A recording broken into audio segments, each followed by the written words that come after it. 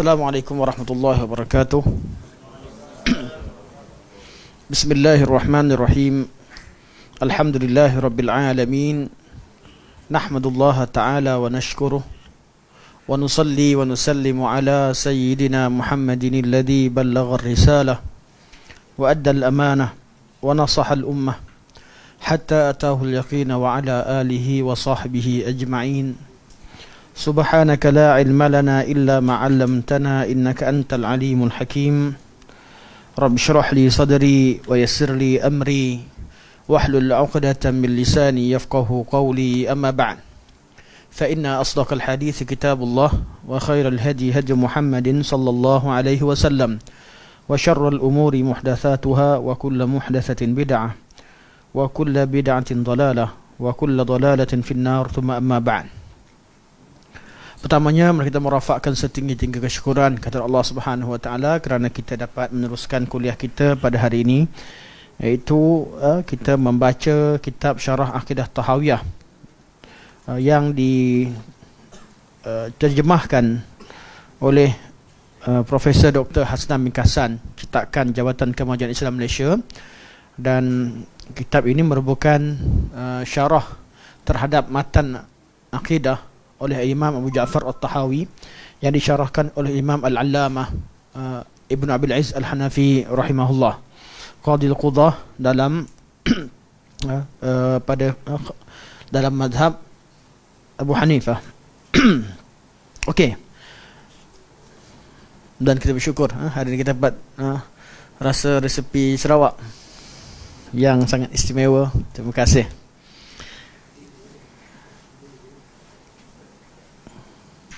Kita sambung perbincangan berkaitan dengan hadis khabar ahad. Okey. Mungkin ada sebahagian daripada kita terlupa ataupun ingin ulang kaji makna ahad. Hadis ahad ialah hadis yang diriwayatkan daripada jumlah perawi yang tidak ramai. Tidak ramai dalam erti kata bukanlah tak ramai, tapi tidak mencapai bilangan mutawatir yang disyaratkan oleh ulama kalam pada asalnya. Bilangan tersebut ialah bilangan yang dapat menenangkan hati kita yang mendengar hadis tersebut bahawa takkan ada orang boleh berpakat untuk berdusta. Ini adalah pembahagian hadis ahad, mutawatir dan ahad merupakan pembahagian yang dimulakan dan diasaskan oleh mazhab ataupun oleh golongan Mu'tazilah pada asalnya. Mereka ketika mereka membawa kaedah mengisbatkan dan menafikan sifat Allah berdasarkan kepada kaedah akal, mereka berdepan dengan masalah yang sangat besar, iaitu ulama sunnah ataupun ahlul hadis bangun menentang mereka, malah tidak sedikit yang mengkafirkan mereka kerana kaedah-kaedah yang direka untuk mengisbatkan sesuatu perkara yang dikatakan urusan ghaib, iaitu berkaitan dengan sifat Allah Subhanahu wa taala, atau untuk menafikannya, iaitu untuk mengisbatkan sifat Allah dengan kaedah penafian. Kita ahli sunnah sebelumnya tidak ada beza masalah fiqh atau masalah akidah, mereka akan rujuk Al-Quran, sunnah dan ijma'. Namun sampai kepada golongan Mu'tazilah, dan secara kajiannya didapati bahawa yang paling awal sekali bercerita tentang masalah ini adalah seorang tokoh Mu'tazilah yang dikenali sebagai Ibrahim An-Nazzam. Ibrahim An-Nazzam mula mempertikaikan keabsahan hadis atas dasar hadis. Kalau sahabat tak beritahu ramai-ramai, kenapa saya sebut sahabat? Sebab itu syarat utama atas sekali. Kalau tak ramai-ramai sahabat beritahu, kita boleh lagi syak bahawa mereka boleh berpakat untuk berdusta. Ataupun kalau tak ramai lagi yang sebut, berkemungkinan mereka salah dalam periwayatan. Okay. Kaedah ini tidak diguna pakai oleh ahli sunnah wal jamaah. Ahli sunnah pada peringkat awalnya, ulama hadis tidak ada istilah mutawatir atau ahad dalam perbincangan mereka. Perbincangan yang mereka bincangkan, hadis itu hadis yang maqbul atau mardud, diterima atau ditolak. Yang mana bahagian maqbul itu terkandung dalamnya hadis hasan, hadis sahih li zati, sahih li ghairi, hasan li zati, hasan li ghairi. Manakala hadis yang mardud adalah hadis dhaif, hadis jiddan, dan hadis maudhu'. Hadis maudhu' dan hadis munkar dalam kategori yang tidak akan berubah kedudukannya. Begitu juga hadis dhaif jiddan. Hadis dhaif yang biasa ditolak bukan kerana ditolak dan dibuang, tidak, dijadikan sebagai iktibar atau di KIV kan. KIV kan, tunggu kat situ. Hadis dhaif. Sekiranya ada qarinah menunjukkan bahawa hadis ni hadis palsu, ditolak. Sekiranya ada mutaba'an atau syawahid, adanya qarinah-qarinah yang lain yang menunjukkan bahawa dia hadis sahih, diterima. Itu nama hadis yang dhaif, yang berada, yang menunggu sokongan daripada mutaba'an ataupun syawahid. Mutaba'an artinya riwayat daripada perawi-perawi yang lain. Syawahid artinya riwayat daripada sahabat-sahabat lain. Kalau ada hadis daripada jalan yang lain, sahabat yang lain yang sahih, maknanya sama atau menguatkan atau lafaznya sama, hadis tadi yang dhaif tadi berubah jadi hasan li ghairi.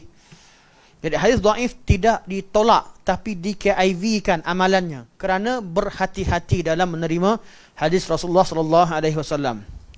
Kaedah inilah yang digunakan pakai oleh ulama sunnah sejak daripada awal zaman sahabat Nabi sallallahu alaihi wasallam sampai ke hari ini. Namun kita temukan kaedah berkaitan ulama sunnah juga, ulama mutaakhirin mula membincangkan tentang mutawatir dan ahad, bermula daripada Al-Khatib Al-Baghdadi rahimahullah, memasukkannya dalam kitab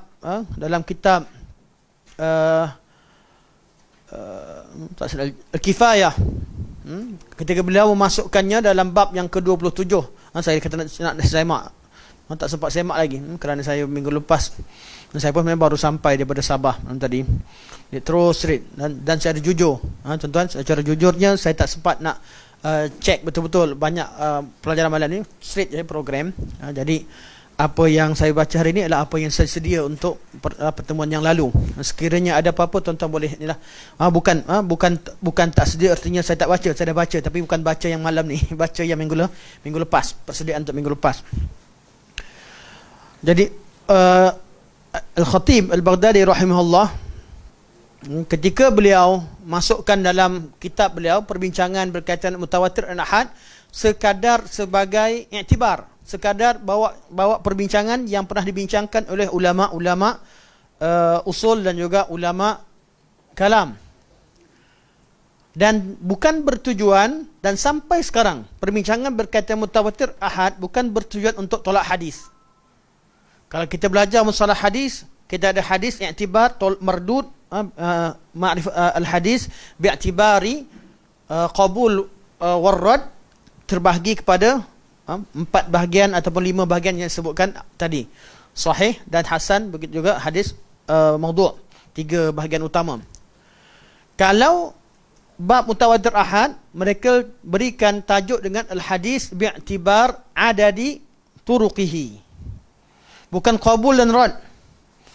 Atau setengah buku tulis bi'tibar ma'rifati turuqihi, nak tahu macam mana jalan dia. Walaupun kita saya dah sebut dan saya ulang sekali lagi, ulama hadis ketika bincangkan mutawatir bukan bertujuan untuk terima hadis atau tolak hadis. Terima hadis, tolak hadis itu perbincangan dalam bab sahih atau tidak sahih. Bila bincang tentang mutawatir ahad, mereka nak bincangkan hadis tersebut ada berapa banyak, ada berapa jalan yang, berapa orang yang riwayatkan untuk mengenal.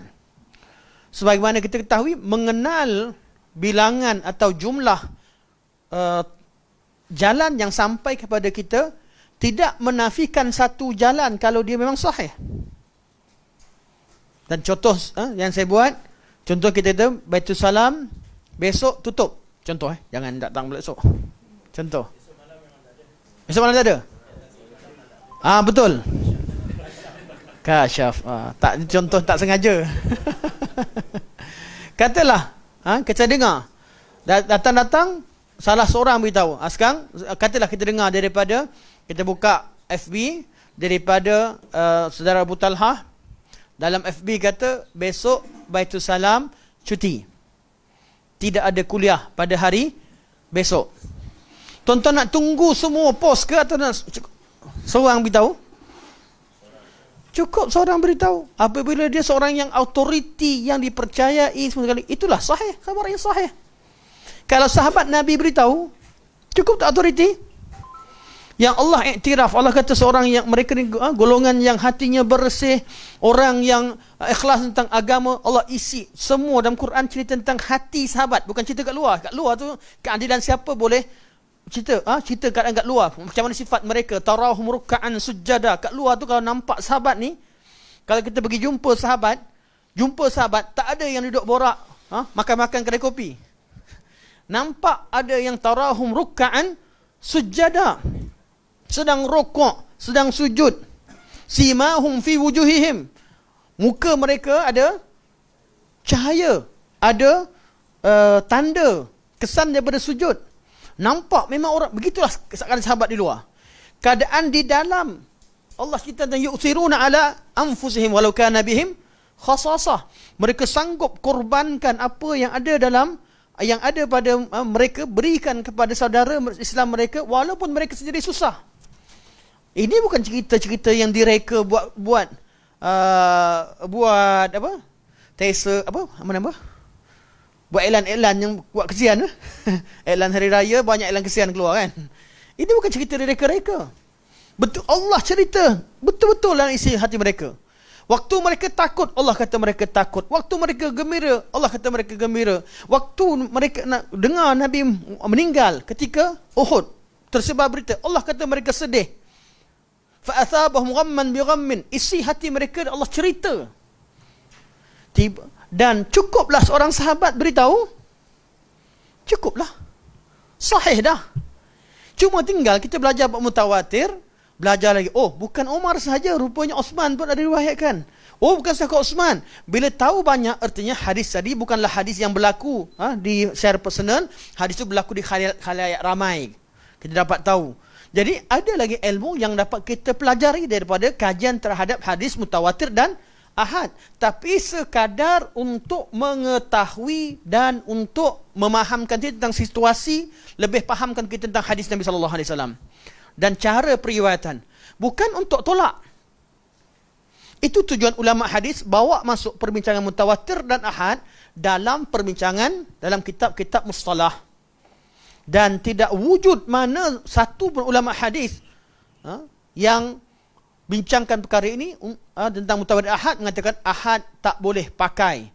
Bab akidah kami nak ikut otak, ikut kaedah akal. Hanya bab fiqh kami nak terima hadis. Ini hanya usul ahli kalam. Adakah ahli kalam kata kami tolak hadis? Yang kata. Tapi ramai yang tak kata. Mana boleh dia kata tolak hadis sedangkan dia orang Islam? Maka diwujudkan kaedah bahawa bab akidah, itu bab berkaitan dengan ma'rifatullah, hanya kita menerima khabar yang mutawatir. Maka apa terjadi? Kaedahnya disebutkan. Maka dicarikan hadis yang cukup syarat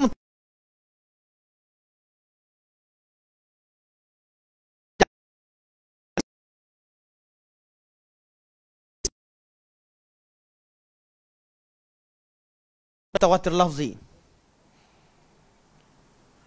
Manakala yang mutawatir ma'nawi banyak. hadis sifat, semuanya mutawatir ma'nawi. Tapi mereka terima atau tidak? Tak terima. Manakala dalil Al-Quran yang memang mutawatir, Quran tawatir, ayat-ayat sifat-sifat Allah, adakah terhad dalam hadis? Tidak. Dalam Al-Quran, sifat-sifat Allah berkata istiwa, sabit dengan Al-Quran, sabit dengan hadis, sabit dengan ijma' sahabat. Hadis istiwa, hadis wajah, hadis yad, hadis-hadis berkaitan dengan sifat rahmah, berkaitan dengan sifat ghadab, berkaitan dengan sifat asma Allah husna secara keseluruhannya, sabit dari mana?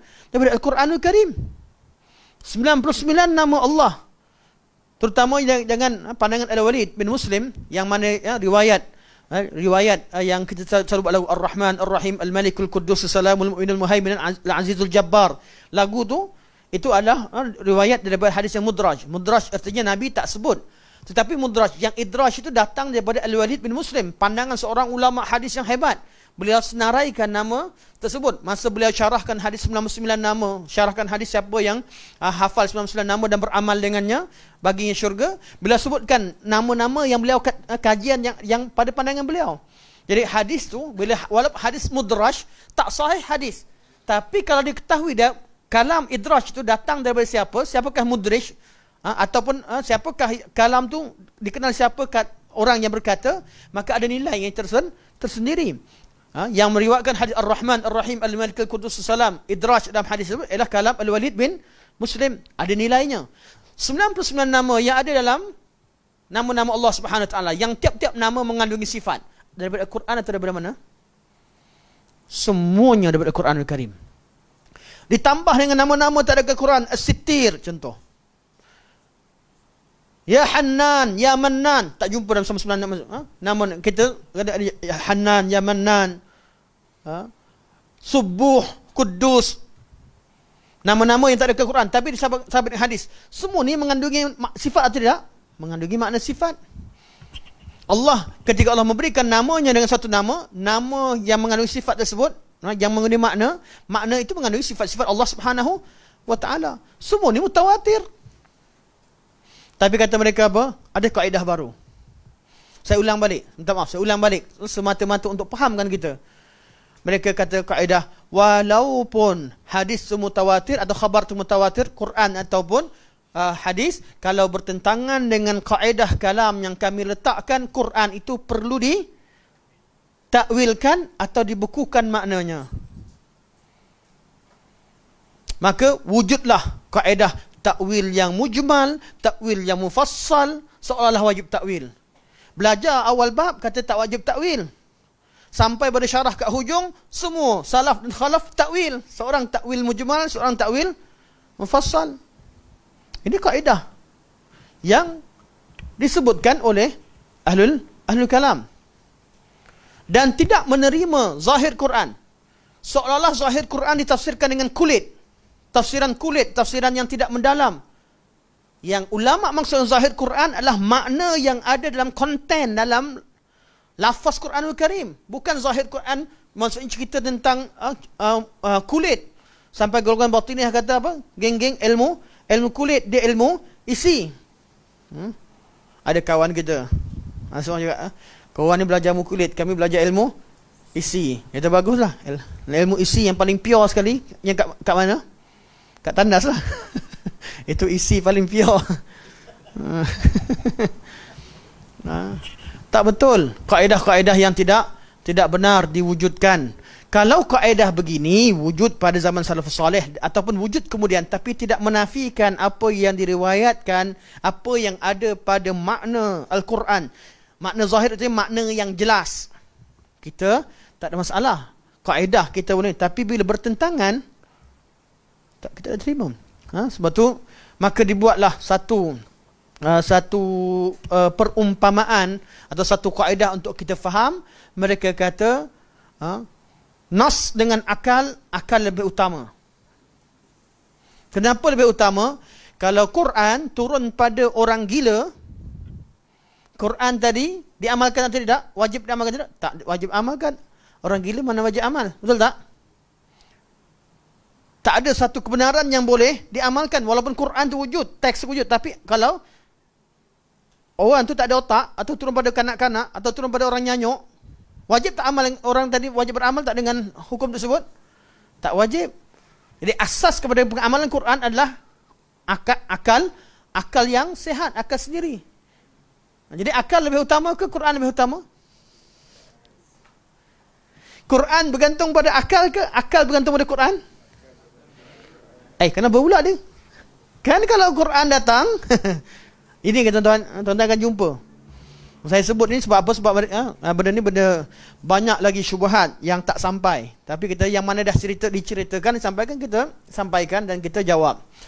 Mereka akan kata akal Quran itu, pengamalan Quran hanya diamalkan apabila diturunkan kepada yang berakal. Quran bergantung pada akal, bukan akal bergantung pada Quran. Macam mana nak jawab? Siapa yang ikut kelas semua boleh jawab. Macam mana nak jawab? Sebab tu siapa yang ikut kelas, saya selalu hamba di Facebook saya pada suatu ketika dulu, yang mana saya sekarang dah hide kan. Malas nak banyak sangat isu ni kalau timbul, kita jawab. Habis isu selesai, jangan sibukkan masyarakat dengan perkara-perkara yang khilafian. Kita balik semula pada asal, sebarkan hadis Rasulullah, ajarkan sunnah-sunnah Nabi, sunnah harian, zikir pagi, zikir petang, malam. Ini yang perlu kita sebarkan. Timbul isu apabila diserang baru kita jawab. Atau timbul pada waktu kita belajar dalam kelas. Sebab tu kita tak nak orang keliru dengan banyak benda yang sengaja ditimbulkan. Kerana bukan sebab tak boleh jawab, tapi umat Islam sekarang lebih perlu kepada pengamalan sunnah itu sendiri. Kerana banyak sunnah-sunnah Rasulullah yang ditinggalkan. Tapi kalau timbul isu, ada orang kata akal lebih utama. Dan kalau tak ada akal, tak adalah Al-Quranul Karim, tak boleh diamalkan. Sebab itulah saya jawab, kalau begitu, sebelum datang ilmu kalam yang diterjemahkan pada zaman Al-Ma'mun, sebelumnya, zaman Nabi tak pula ilmu kalam, sahabat, tabi'in, tabi'in dan semua ulama hadis, mereka ni golongan yang mukallaf ke tidak mukallaf? Mukallaf. Berakal ke tidak berakal sahabat Nabi? Berakal. Walaupun tak belajar ilmu kalam. Jadi akal mana yang anda maksudkan? Kalau betul-betul akal manusia yang fitrah, kita Allah ra'si wal ain, betul. Akal ini adalah asas pada taklif. Syarat seorang yang mukallaf adalah baligh dan berakal. Tapi bukan formula falsafah yang anda namakan sebagai akal dan aqlaniyah. Konsep falsafah yang diwujudkan, yang dikelirukan oleh ahli kalam, seolah-olah hanya mereka yang berakal. Bila kita datangkan kaedah-kaedah kalam salafus salih, jumpa kalam salafus salih, kita salafus salih tak faham makna. Jadi mereka bekukan makna. Salafus salih, hadis berkata mutasyabihat. Mereka tidak berikan makna. Mereka hanya mengisbatkan lafaz dan berlalu begitu saja.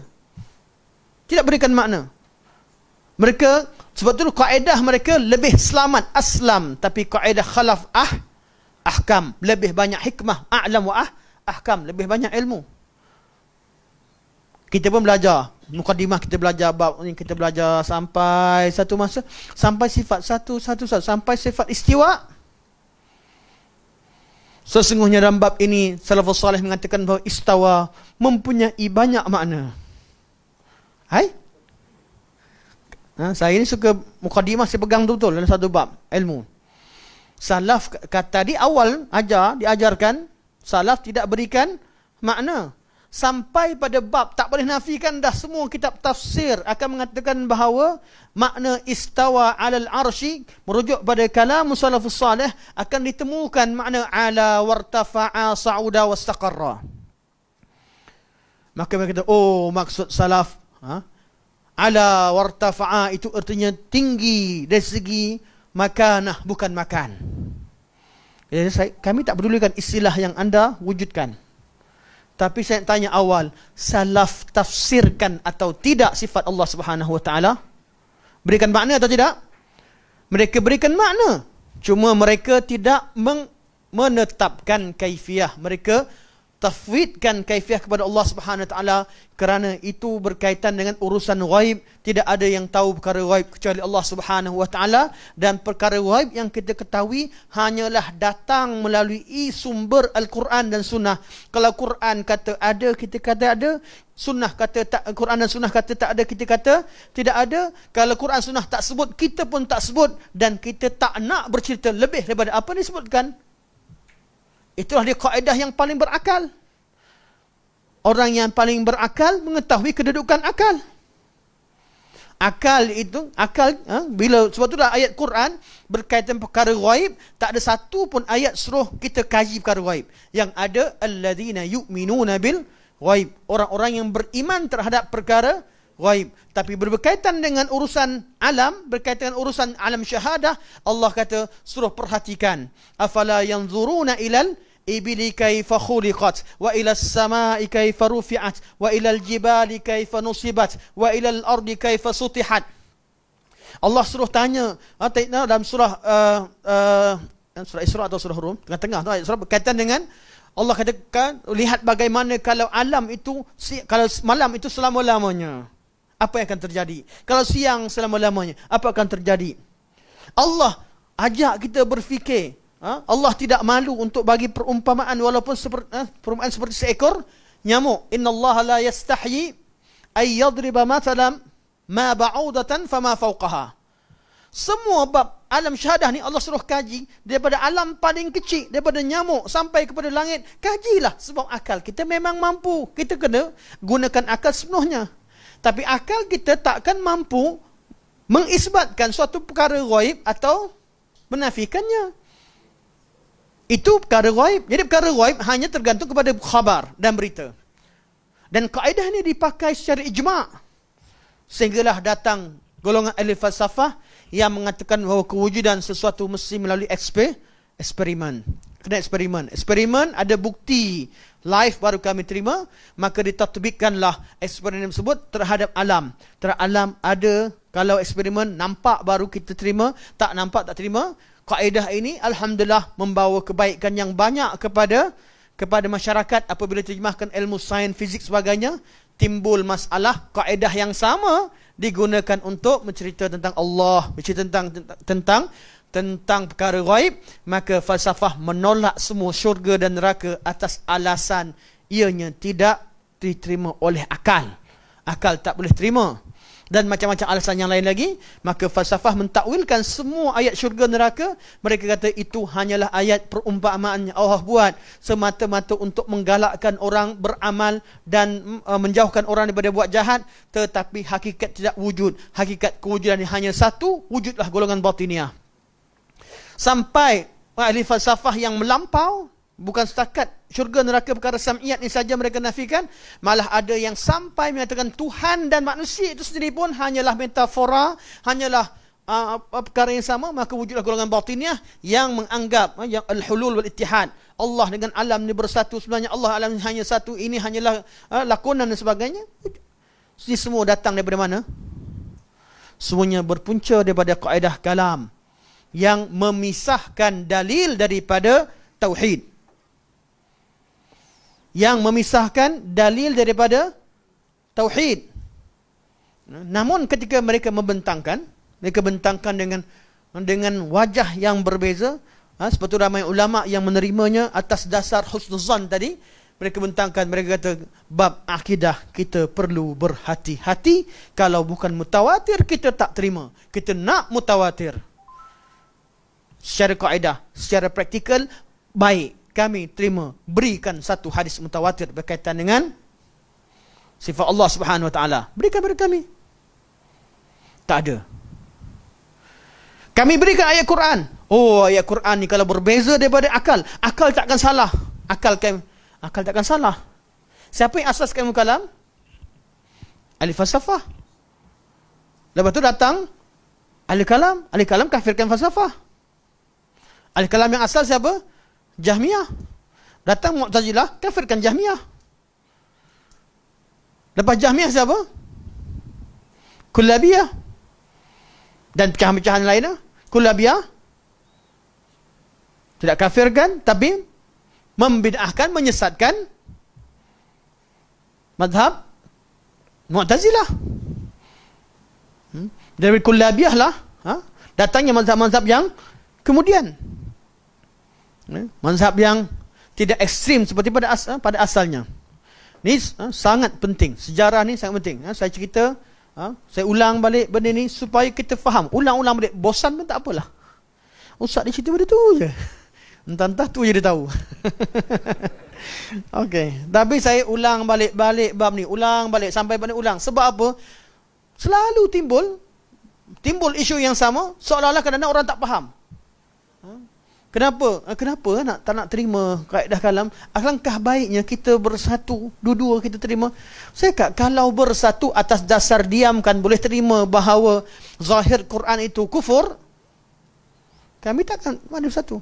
Cuba buang kaedah al-kalam yang mengatakan bahawa zahir Quran itu kufur, kami terima.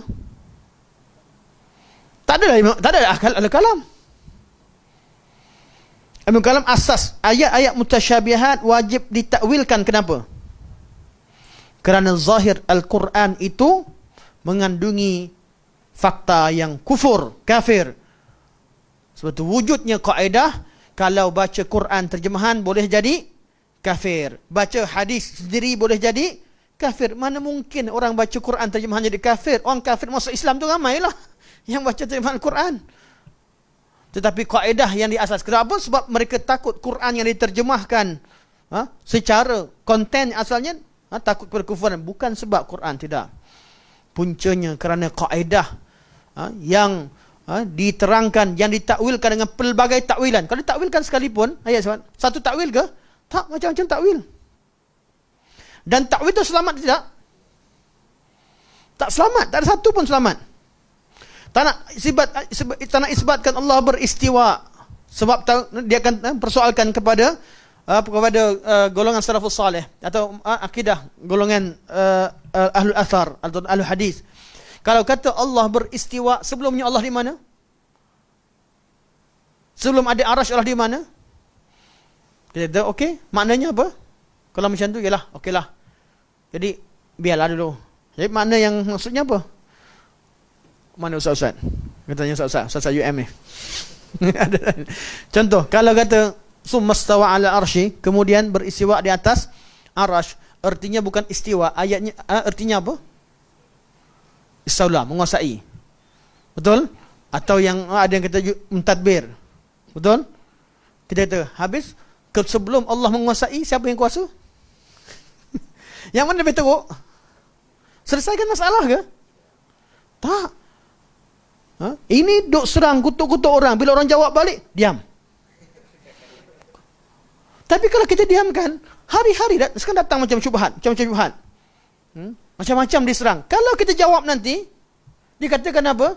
Mereka ni sering menimbulkan kerisauan, menimbulkan perkara khilaf dalam masyarakat. Hai, siapa yang timbul dulu? Saya tak nak terlibat dengan apa-apa isu sekalipun. Tapi bila kita tengok hari-hari manhaj salaf disebut nama-nama ulama-ulama yang berbeza dengan mereka, dihina sebagainya, kita terpaksa bercakap. Bila bercakap kadang-kadang disitu, tengok tu. Sedangkan siapa yang mula? Sebab tu salafus salih, akidah salaf telah wujud sejak zaman Nabi, zaman sahabat tabi'in, tak pernah usik siapa-siapa. Sampai ke akhirnya kekal. Sebab akidah ni bukan ilmu yang berkembang mengikut masa dan peredaran masa dan tempat. Akidah berkaitan perkara ghaib, berkaitan dengan perkara yang kita warisi daripada kefahamannya daripada ulama dahulu. Kita warisi daripada Rasulullah sallallahu alaihi wasallam. Akidah yang ada pada zaman Nabi dah sempurna dah. Habis nak amalkan macam mana? Akidah ni nak amal macam Nabi. Berkaitan dengan kefahaman sempurna, berkaitan dengan amalan pun sempurna. Apatah lagi kaedah kalam kata akidah ni hanya bab pemikiran, amalan tak masuk. Sepatutnya korang lah lebih kena ikut. Sebab pemahaman tu sempurna sejak pada zaman Nabi SAW. Tak perlu kepada cara baru untuk memahamkan akidah. Apatah lagi bawa cara baru, nafikan apa yang ada dalam nas ataupun hadis. Kemudian mendakwa bahawa nas sebenarnya kamu yang tak faham. Sebab tu perkara ini perlu kepada apa? Siapa yang nak dakwa, satu perkara perlu bawakan kalam salafus salih. Di depan kita ada Sahih Bukhari. InsyaAllah, InsyaAllah, kita akan, saya akan bincang dengan Muslim, kita akan syarahkan Kitabut Tauhid dalam Sahih Bukhari seperti yang disebutkan Imam Bukhari. Syarahkan kitab I'tisam, syarahkan kitab-kitab hadis, syarahkan kitab Musannaf, syarahkan kitab Muwatta, syarahkan kitab-kitab yang asal. Tengok betul-betul apa kepandangan ulama. Bukan kita sekadar declare, kemudian yang perlu kita hafal, declare inilah dia yang ikut Quran Sunnah sebenar, kemudian sampai kepada minta perkataan daripada Quran Sunnah, tak ada yang keluar kaedah kalam. Kaedah terbina di atas dalil, bukan dalil ikut kaedah. Semua kaedah terbina atas dalil. Kaedah yang sahih, yang tepat adalah kaedah yang terbina di atas dalil. Kerana agama telah sempurna. Kaedah itu hanya untuk memahamkan. Kaedah nahwu dan saraf tidak akan menyalahkan Al-Quran dan hadis. Lafaz Quran itulah asas kepada penciptaan kaedah nahwu. Kalau ada kaedah nahwu yang berbeza pada Al-Quran, itu dikatakan pengecualian kaedah. Kerana kaedah tak mampu mengungkap segala yang ada pada asal. Betul tak? Kaedah usul fiqh tak boleh berbeza dengan nas. Kalau kaedah tak kena adanya pengecualian. Qawaid fiqhiyah. Ada kaedah. Kalau kaedahnya berbeza dengan nas, dikatakan adanya istisnaat, pengecualian. Bukan kaedah yang mengecualikan, tapi kaedah tak mampu dipraktikkan terhadap semua masalah. Kenapa? Sebab Al-Quran dan nas adalah muhaimin. Quran dan nas adalah nas. Perintah ada kat sana. Kita hanya mampu buat kaedah untuk memudahkan faham.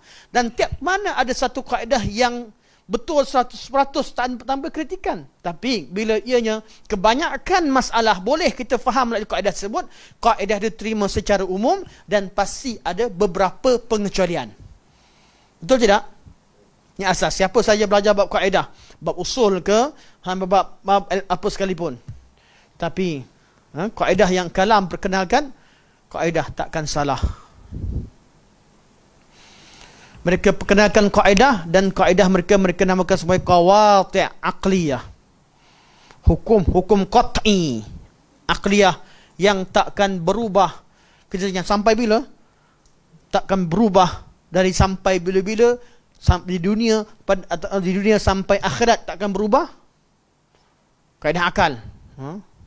Kaedah akal beza kaedah adat. Dia ada hukum akal, hukum adat, hukum syarak. 3 hukum yang selalu dimana. Hukum syarak, hukum akal, hukum adat. Hukum syarak diletakkan kepada masalah fiqah. Fiqah, furu' pakai hukum syarak, pakai Al-Quran, pakai hadis, pakai ijma'. Furu'. Hukum adat berkaitan dengan apa? Apa yang terjadi pada makhluk. Sebab tu bagi golongan ahli kalam mutaakhirin boleh terima hadis-hadis ahad dalam bab syurga neraka sebab dia makhluk. Tapi bab akal, kenal Allah pakai kaedah mana? Bukan syarak. Bab Allah kena pakai kaedah akal. Wajib, mustahil dan harus. Tiap-tiap mazhab kalam mengasaskan kaedah wajib, mustahil dan harus. Cuma pendetailannya berbeza. Allah, Jahmiyah kata yang wajib bagi Allah adalah wujud. Selain daripada itu adalah mustahil. Harus bagi Allah buat apa yang dia nak. Datang Mu'tazilah, yang wajib bagi Allah adalah wujud dan juga segala yang Allah beritahu tentang nama-namanya. Tapi sifat-sifat itu mustahil bagi Allah Subhanahu wa taala. Kaedah mutaakhirin di kalangan Asy'ariyah Maturidiyah meletakkan 20 sifat yang wajib bagi dalam mazhab Maturidiyah, 20 mustahil dan satu harus. Kaedah Asy'ariyah meletakkan 13 yang wajib, 13 mustahil dan 1 harus. Perbezaan pada penitilan. Walaupun kita katakan bahawa mazhab Asy'ariyah dan Maturidiyah telah menyerlahkan bahawa ilmu kalam juga mampu mengisbatkan dengan kaedah yang sama beberapa sifat yang wajib disebabkan pada Allah. Cuma masalah yang berlaku, yang mutaakhirin lagi tetap menafikan dan mengambil natijah yang sama yang diambil oleh golongan Mu'tazilah, menafikan segala sifat-sifat khabariyah. Sifat yang akliyah, yang masuk akal diterima. Sifat Quran Sunnah yang tidak sesuai, mereka namakan sifat khabariyah. Khabar ada, hadis ada, Quran ada. Tapi berbeza pada kaedah kalam, berbeza pada qawati' akliyah, maka mereka pun tolak dengan kaedah-kaedah yang mereka cipta. Tetap tak kena. Tetap menggunakan usul yang salah. Dan perkara ini saya tegaskan banyak kali. Sehingga kan hatta ada di kalangan kawan-kawan tak suka. Ditimbulkan perkara ini. Tapi saya tetap cerita sebab ada keperluan, bukan tak ada keperluan. Zaman orang sedang mencari kesalahan akidah salafus salih, seolah-olah kaedah akidah salaf itu tidak sempurna, mesti ini dan itu. Kita katakan nak belajar, tapi jangan nak kata akidah salaf tak sempurna. Apa yang Nabi ajar kepada sahabat telah pun sempurna. Apa yang sahabat ajarkan kepada tabi'in telah pun sempurna. Dan kesempurnaan orang kemudian hanya ada pada mengikut orang dahulu. Kenapa? Sebab agama ni dah sempurna. Bab lain Bab lain zaman dulu nak pergi naik unta, orang kata bengap. Pergi Mekah naik unta. Tak kena. Tak guna otak. Sebab dia bukan bab agama. Bab lain zaman Nabi dengan zaman kita, mana lebih maju? Kenderaan, bab pakaian, bab apa sekalipun, bab teknologi. Satu rahmat Allah. Allah utuskan Nabi pada zaman yang simple ilmu dunianya, supaya mudah menjadi ikutan orang kemudian. Kalau zaman Nabi nak kapal terbang, zaman kita tak ada petroleum, macam mana ikut sunnah? Susah nak isbat. Macam zaman khayalan, macam cerita dinosaur. Dinosaur boleh terbang, kita tak jumpa. Dia guna dinosaur terbang. Habis agama dinafikan. Kalau lah zaman Nabi teknologi tinggi, datang pada zaman kemudian orangnya dah hilang, dah tak ada apa-apa, dah tak ada kapal terbang, dah tak ada jet, dah tak ada orang boleh terbang daripada Malaysia sampai ke Mekah dalam masa satu hari. Dah tak ada dah. Orang kemudian datang, dia dengar cerita, wih, ni cerita tipu kot. Mana ada orang boleh terbang sekarang ni, betul tak? Sebab tu Allah utuskan Nabi Muhammad. Allah pilih pada satu zaman teknologi yang paling basic, di tempat paling basic, akal paling simple. Sesimpel-simpel akal Arab boleh faham agama Islam. Agama Islam itu mudah. Zaman dan tempat, ini hikmah kenapa Allah utuskan di Makkah Al-Mukarramah, yang mana ketika itu dikatakan tamadun yang paling tidak tersusun. Mereka ada kepakaran tapi tak tersusun, tak ada organisasi yang jelas dalam pentadbiran dan sebagainya, supaya mudah untuk kita ikut sunnah Rasulullah sallallahu alaihi wasallam. Walaupun Nabi diutuskan pada zaman tersebut, namun apa yang Nabi tetapkan, apa yang ada Quran dan sunnah, tidak pernah menghalang sebarang kemajuan. Cuma Nabi tuntut kita beragama, ikutlah apa yang Nabi ajarkan. Ikut Al-Quran dan sunnah ijma' dalam bab akidah. Ikut Al-Quran dan sunnah dan ijma' dalam bab fiqh. Ikutlah Quran, sunnah, ijma' dalam masalah akhlak sekalipun. Sekiranya ia berkaitan dengan agama. Akhlak ada yang berkaitan dengan agama. Ada akhlak yang asal, yang agama ikrarkan. Ada akhlak yang agama perkenalkan. Berkaitan dengan ikhlas, berkaitan dengan konsep yang tak ada dalam fitrah. Kita nak semua benda, nak dapat untung. Kita nak. Tapi Islam ajarkan ikhlas. Akhlak yang memang Islam perkenalkan. Ada akhlak yang memang sedia wujud dalam fitrah, Islam ikrarkan. Innama bu'ithtu liutammima makarimal akhlak. Aku diutuskan untuk sempurnakan akhlak, bukan akhlak tak ada. Jahiliah ada akhlak, muliakan tetamu, tidak bercakap bohong, tidak berdusta, memuliakan wanita, protek pada perempuan. Akhlak, mereka jujur dalam perniagaan. Akhlak, menghormati orang luar dan sebagainya. Ini semua ada pada masyarakat jahiliah. Nabi datang sempurnakan. Macam mana? Apa yang baik dikekalkan dan levelnya pada asalnya level kemanusiaan berubah jadi agama. Diberikan pahala. Suka memaafkan, biasanya itu benda yang untuk di sini tapi dijadikan agama. Dan banyak perkara yang tak sempurna diubah jadi sempurna. Masuk rumah ikut pintu belakang sebagai adab. Walaisal birra bi an ta'tul buyuta min zuhuriha walakinnal birra manittaqa. Bukanlah satu kebaikan masuk rumah orang ikut pintu belakang. Kebaikan sebenarnya pada takwa pada Allah Subhanahu wa taala. Wa'tul buyuta min abwabiha. Masuk rumah orang ikut pintu utama. Bagi salam bukan kat dapur, bagi salam kat depan rumah. Kalau kat dapur deal dulu awal. Nak hulur makanan ikut belakang, tapi bukan itu adabnya. Islam betulkan adab. Ada akhlak yang tak wujud dalam masyarakat jahiliah tapi Islam perkenalkan.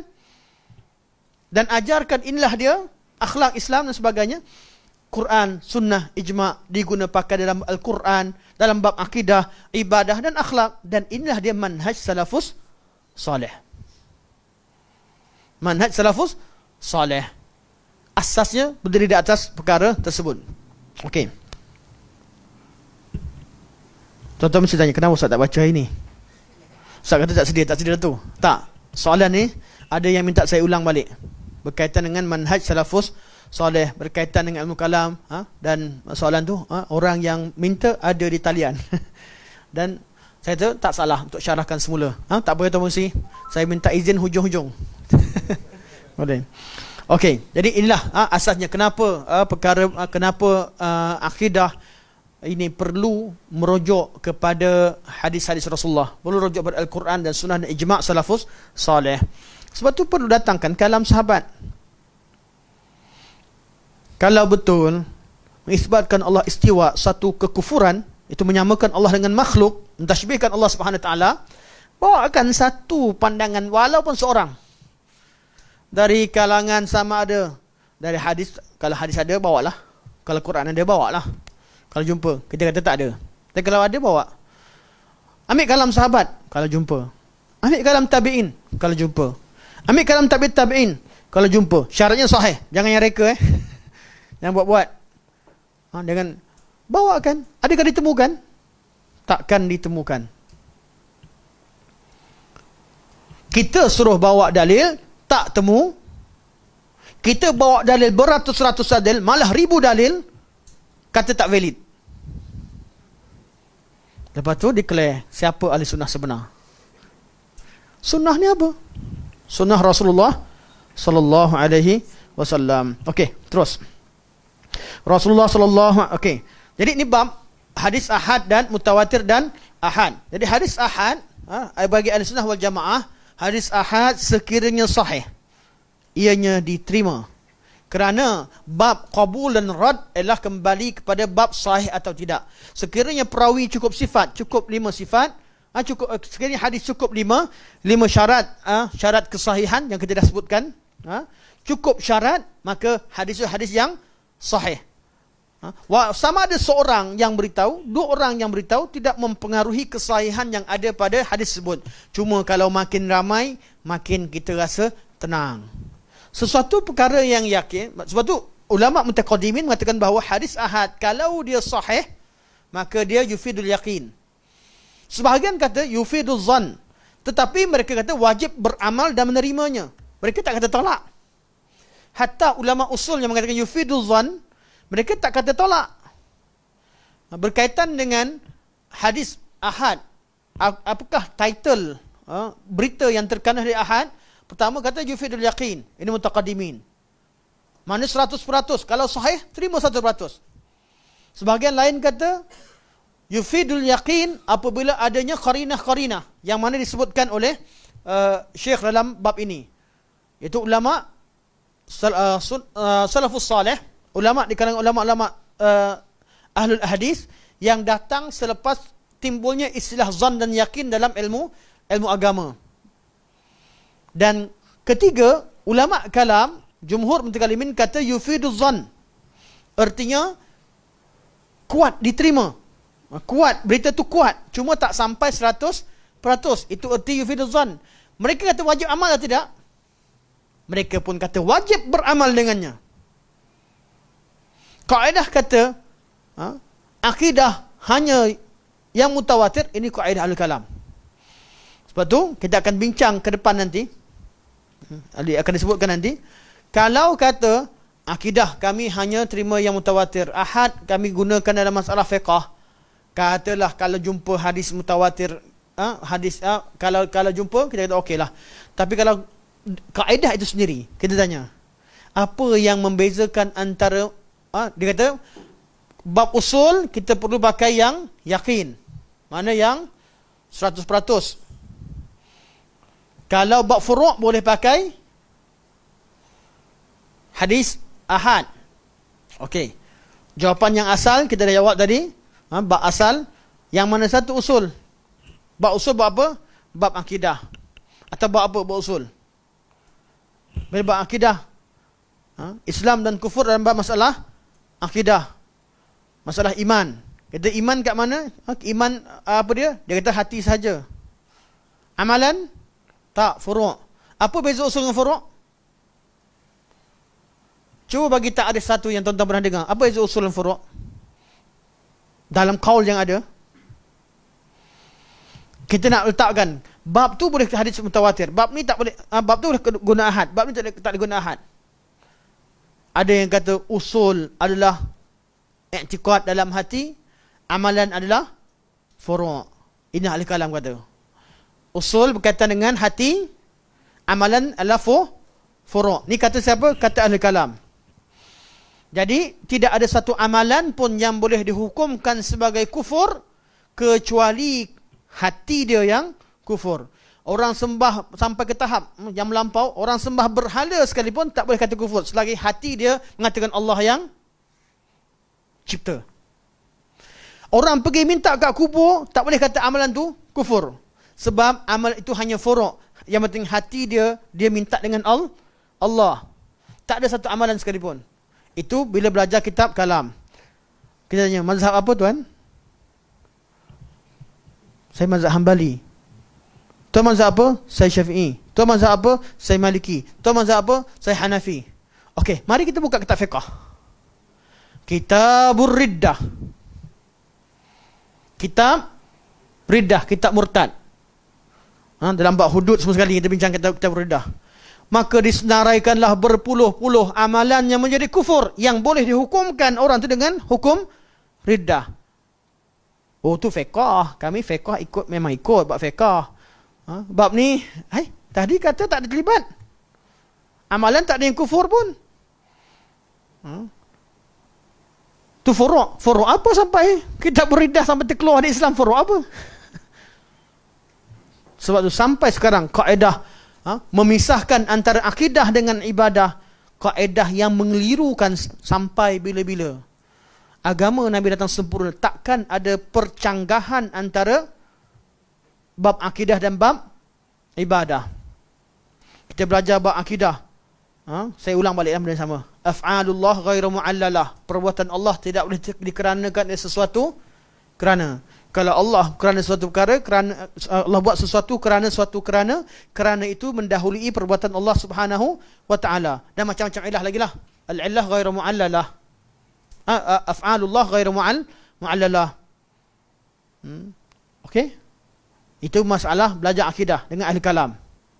Pelajar yang sama masuk subjek maqasid syariah. Pelajar yang sama dapat belajar kitab ni, syarah keluar atau ustaz keluar, masuk syarah baru cerita tentang maqasid syariah. Syariah ini, apa yang Allah syariatkan mesti ada tujuannya. Mana ada sia-sia. Tak keliru kita. Satu ilmu yang tersendiri tentang maqasid syariah. Kat sini kata tak boleh ada maksud, maka ditafsirkan lagi. Takkan habis. Timbul akan ada jawapan selagi dibenarkan takwil. Bolehlah buat apa sekali pun. Minta maaf lah. Ni ayat ni. Sebab tu bab-bab begini, bab-bab yang tidak dibenarkan atau orang ramai yang tak suka dibincangkan kerana dia melibatkan apa? Melibatkan banyak perkara. Sebab tu kalau nak terima tak nak terima, cerita nombor 2. First kali kita kembali pada kaedah asal dalam bab akidah, ibadah dan akhlak, perlu amalkan Al-Quran, Sunnah dan Ijma'. Tapi kalau kita tengok kepada ustaz-ustaz yang pro sana, dia twist. Tahu dia twist. Golongan nama apa? Wahabiyah. Wahabi lah. Siapa yang kena Wahabi? Saya tak. Wahabi makan buaya. Apa lagi Wahabi? Aku tahu. Apa lagi? Wahabi teroris lah, Wahabi ilah, itulah macam-macam sekali. Akan dikata apa? Adalah golongan anti hadis. Tiba-tiba Wahabi kena jadi anti hadis. Kita ceritalah ahli sunnah ikut Quran. Kenapa anti hadis? Sebab tak amalkan hadis dhaif. Sejak bila orang tak amalkan hadis dhaif? Hadis dhaif bukan tak amal. Memang hadis dhaif kita tak amal. Kita cerita yang sahih yang kita terima. Tapi hadis dhaif itu kita letakkan dalam bab i'tibar, dalam bab nak tunggu syawahid. Kita tak boleh amal kecuali ada sokongan-sokongan. Okey. Bab fadlul amal boleh tidak? Boleh. Kenapa tak boleh? Kenapa boleh bab fadlul amal? Sebab dia cerita fadilat je, dia bukan cerita bab mengajarkan kita amalan baru. Dia cerita bab fadilat. Solat memang dah ada. Tak ada hadis tu pun kita solat juga. Baca Quran memang dah ada Quran depan kita. Itulah Qurannya. Dia tak buat Quran baru. Dia tak buat zikir baru. Fadal dan amal dan targhib dan tarhib. Kenapa boleh amal? Sebab dia bukan bab ajarkan kita amalan baru. Dia bab fadilat satu amalan. Bab galakkan untuk beramal. Berkaitan dengan dosa orang-orang melakukan zina sebagainya. Kita baca sebagai iktibar. Boleh diamalkan dengan syarat-syaratnya. Kenapa? Sebab dia tidak mengharamkan satu benda baru. Sebab tu hadis bab fadilat dibenarkan untuk diamalkan. Sebab tu syarat yang disepakatkan oleh ulama hadis bab hadis dhaif adalah ada usul syarak. Dah syarak menerangkan tentang perkara tersebut. Dia cuma menambahkan fadilat ataupun targhib atau pahala ataupun dosa tentang perkara tersebut. Sebab tu boleh amal, bukan sebab beramal hadis dhaifnya. Tapi kerana memang dah ada usul syarak. Cuma dengan bab berhati-hati, sebab hadis dhaif ni dia bukan yang maudhu' yang buang terus. Hati-hati beramal dengan mengharapkan kebaikan yang ada padanya. Atau mengelak atau berharap kita menjauhi suatu perkara yang memang diharamkan dan takut terhadap ancaman yang ada dalam hadis dhaif tadi. Takut ancaman tu memang sabit daripada Nabi SAW. Okey. Dalam masa 10 minit ni tuan pengurusi sampai 9.45 saya baca sekali imbas. Rasulullah sallallahu alaihi wasallam mengutuskan utusannya dalam jumlah ahad dan tulisan-tulisan baginda diutus melalui bilangan ahad. Muka surat 146. Jadi bab akidah Nabi utuskan semua sahabat-sahabat. Nabi utuskan sahabat bawa surat pergi kepada Muqawqis, pergi kepada Raja Iraq, pergi kepada Raja Mesir, pergi kepada Raja Rom, pergi kepada Raja Najasyi, pergi pada kabilah-kabilah Arab, ketua-ketua kabilah dan sebagainya. Sampaikan semua yang pergi, hatta Muaz bin Jabal pergi ke negeri Yaman, yang mana raja dah runtuh sekalipun, tapi pergi sampai kepada negeri Yaman. Jumlahnya ahad atau mutawatir? Berapa ramai sahabat yang pergi? Ada Nabi utuskan 70 orang pergi. Satu surat. Masuk. Tuan, masuklah Islam. Yang kedua, masuklah Islam. Tuan, masuk Islam. Tuan, masuk Islam. 70 kali berterima. Tak. Nabi utuskan secara ahad. Tiap-tiap surat dibawa oleh seorang utusan Nabi. Berita itu dibawa oleh seorang yang dipercayai. Cukuplah dipercayai. Bawa khatam Nabi SAW. Bawa cop Nabi SAW. Dan dikenali keasliannya. Diterima atau tidak? Terima. Bab akidah ke bab ibadah? Semua sekali. Agama Islam. Ajak mereka masuk Islam. Ini akidah ke ibadah? Akidah. Najasyi masuk Islam. Satu Madinah masuk Islam kerana Mus'ab bin Umair. Dan tak nak ajarkan Islam. Itu jumlah mutawatir ke ahad? Jumlah yang ahad. Tidak disyaratkan mutawatir. Dan benda ni tak pernah pun dibincangkan sebelum ini. Sebelum golongan datangnya golongan Mu'tazilah. Sebab tu saya selalu sebut, kalau anda betul sangat, habis yang ilmu yang anda ambil daripada mana? Muallimul awal Aristotle, guru pertama ajar pada kami. Berapa banyak jaraknya? An-Nazam tahun ke-80 tak terima riwayat hadis pada tahun pertama hijrah. Atau sebelumnya atau selepas masa Nabi hidup. Zaman dia bila dijumpa sahabat, tak nak terima sebab takut sahabat silap. Kerana sahabat beritahu ramai-ramai. Yang mana sahabat orang Arab, bahasa yang sama, tempat yang sama, tak nak terima. Yang kau pergi ambil ilmu Aristotle zaman bila punya? Berapa ribu tahun? Berapa bahasa berpindah? Dengan jarak geografi, dengan jarak segalanya, dengan tak ada sanad. Dah lah tak ada sanad, tak ada, tiba-tiba yang ni jadi qat'i, yang ni jadi zanni. Paling tidak logik. Orang yang menerima pertutusan itu tidak mengatakan kami tidak menerimanya kerana ia adalah berita yang disampaikan secara ahad. Sedangkan Allah Subhanahu Wa Taala berfirman, tak ada pun raja kata, hai, seorang je datang. Kami tak terima surat ni. Tak terima. Tak ada seorang pun raja yang terfikir macam tu. Walaupun dia kafir. Tak ada seorang raja yang menolak utusan Nabi atas alasan ianya ahad. Sebab tu Allah berfirman, huwallazi arsala rasulahu bil huda wa dinil haqq liyuzhirahu 'ala ad-din kullih walau karihal kafirun. Okey. Maka sudah pasti Allah Subhanahu wa taala memelihara hujah-hujah dan keterangan-keterangannya kepada manusia supaya hujah dan keterangan-keterangannya tidak rosak. Jadi ketika Allah utuskan Nabi sallallahu alaihi wasallam, Allah turunkan Quran yang teks yang asli tadi, Allah pelihara, artinya Allah pelihara perkataannya saja ataupun kandungannya sekali? Kalau Allah pelihara perkataan, tak pelihara kandungan, mana ada orang yang selamat? Allah akan pelihara Quran. Quran yang Allah pelihara lafaznya sahaja ataupun dengan ajaran dan dengan kandungannya sekali? Kandungan sekali. Kalau Allah Quran hanya pelihara lafaznya, manusia berpecah juga. Semua orang suka hati tafsirkan Quran. Tapi Allah ketika Allah utuskan Quran, Allah kata huwallazi arsala rasulahu bil huda, dengan Al-Quran, wa dinil haqq liyuzhirahu 'ala ad-din kullih. Inilah Allah izharkan untuk jadikan agama yang kuat, agama kuat, hujahnya kuat, akidahnya. Kandungan Quran itu terpelihara. Terpelihara Quran, terpeliharanya hukum berkaitan dengan akidah, dengan terpeliharanya hukum fiqh, yang mana lebih utama? Akidah. Ni masalah fiqh, tak boleh berubah, kita ikut dalil. Masalah akidah, tak apa. Dulu lain, sekarang lain. Sebab tu timbulnya istilah dalam akidah yang sama, ada mazhab salaf, mazhab khalaf. Tak boleh, dulu kata sama, lama-lama tak boleh. Mesti akan datang perkara yang baru. Oleh itu Allah Subhanahu Wa Taala menghina orang yang mendustakan Rasulnya ketika hidup dan sesudah matinya, serta mendedahkan keadaan mereka kepada orang ramai. Sufyan bin Uyainah berkata, Allah Subhanahu Wa Taala tidak akan menyembunyikan seseorang yang mendustakan hadis. Abdullah bin Mubarak berkata, ni bab hadis, bab hadis, Allah pelihara Al-Quran, begitu Allah pelihara hadis Nabi SAW. Sebab apa? Quran terpelihara. Kandungan Quran terpelihara dengan apa? Sebab Nabi tak bacakan Quran, Nabi biarkan.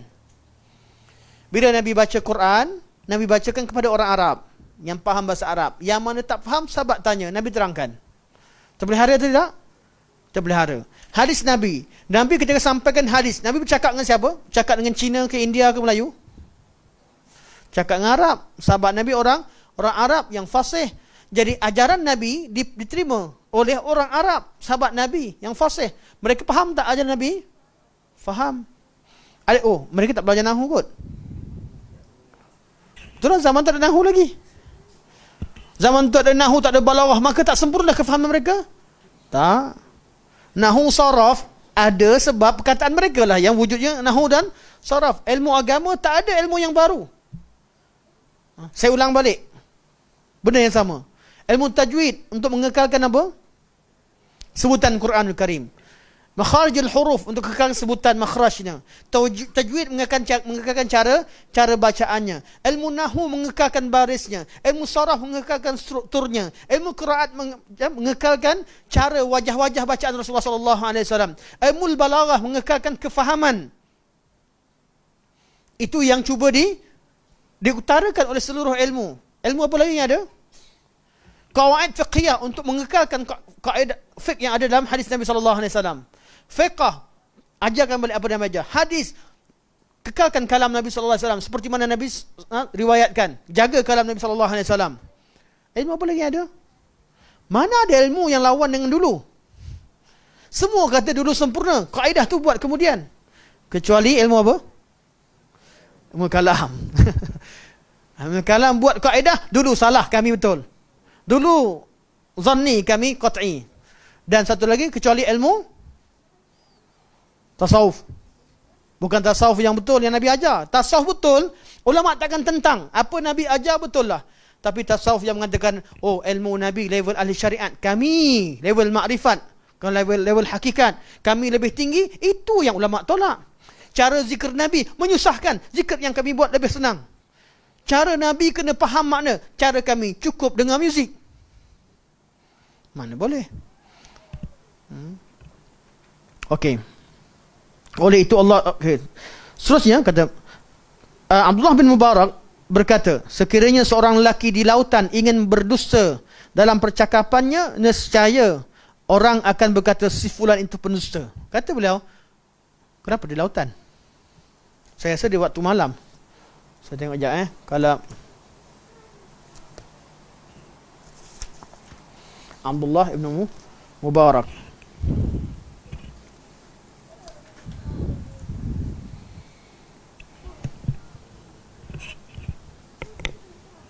Lau hamma rajulun fis sahari. Sahar apa makna dia?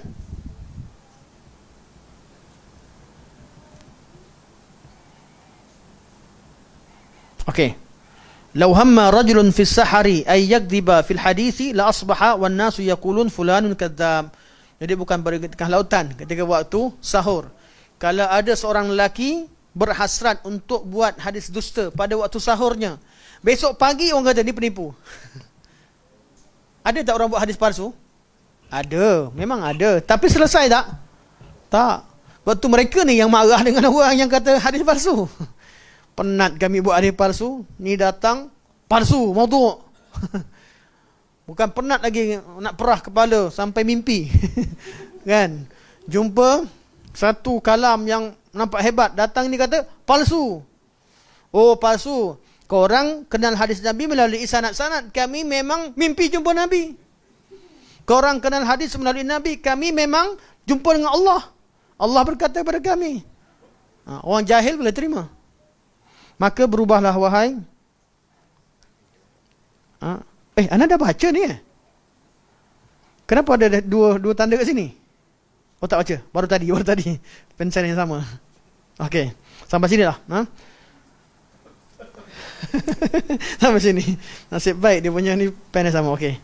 Jadi kita 147 minggu depan. Okey, kita ada dalam bab sekalipun hari Ahad ada kemungkinan mengandungi benar dan dusta, akan tetapi membezakan antara sahih dan dhaif. Ini juga anda dah sebutkan. Sebenarnya apa dan syarahkan ada dalam perbincangan yang seterusnya. Kita baca sekali imbas pun dah faham insya-Allah.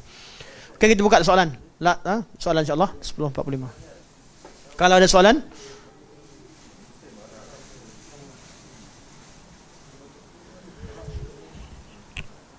tafadhal Ustaz.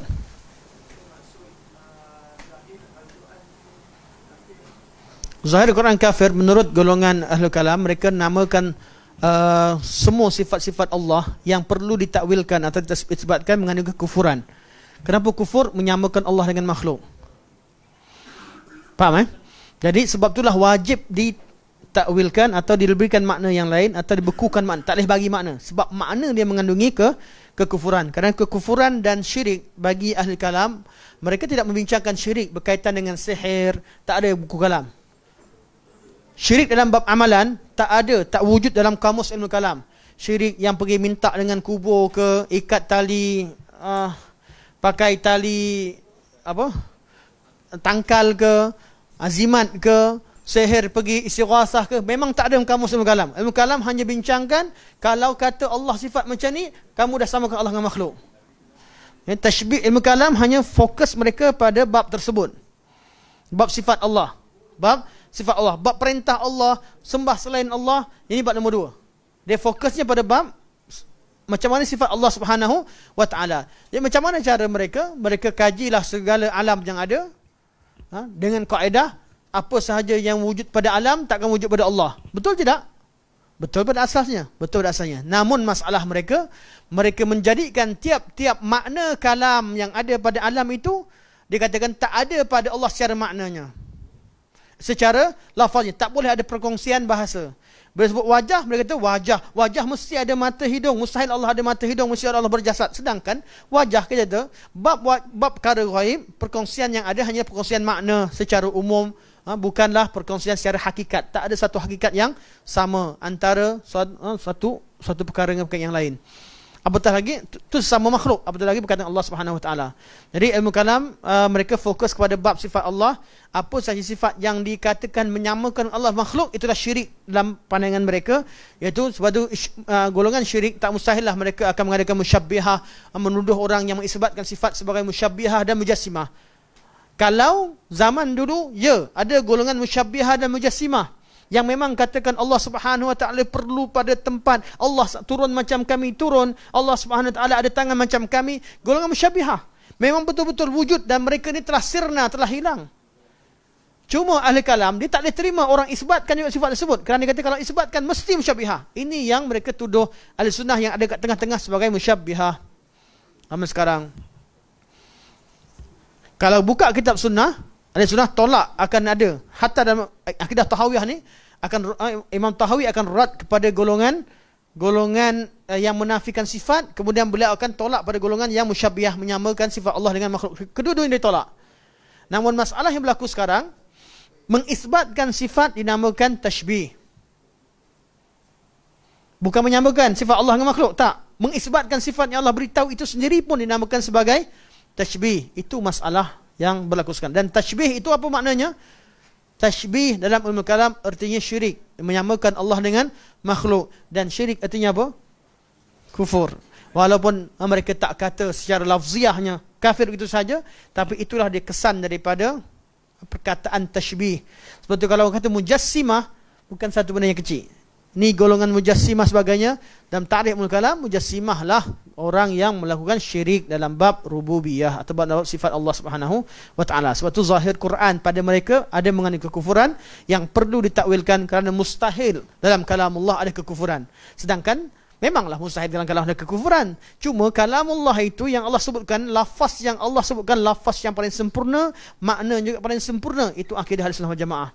Qur'anan Arabiyan ghaira dhi 'iwajin la'allahum yattaqun. Yang perlu kita buat takwa ialah Quran tu memang bahasa Arab yang tak salah dah. Tak salah lafaznya, tak salah maknanya. Cuma yang penting kita la'allahum yattaqun, agar mereka bertakwa. Kerja kita bertakwa.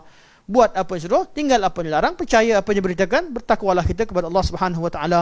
Subhanakallahumma hamdika asyhadu an la ilaha illa anta astaghfiruka wa atubu ilaik. Wa sallallahu ala sayyidina Muhammad wa ala alihi wa sahbihi wa baraka wa sallam. Walhamdulillahi rabbil alamin. Assalamualaikum warahmatullahi wabarakatuh.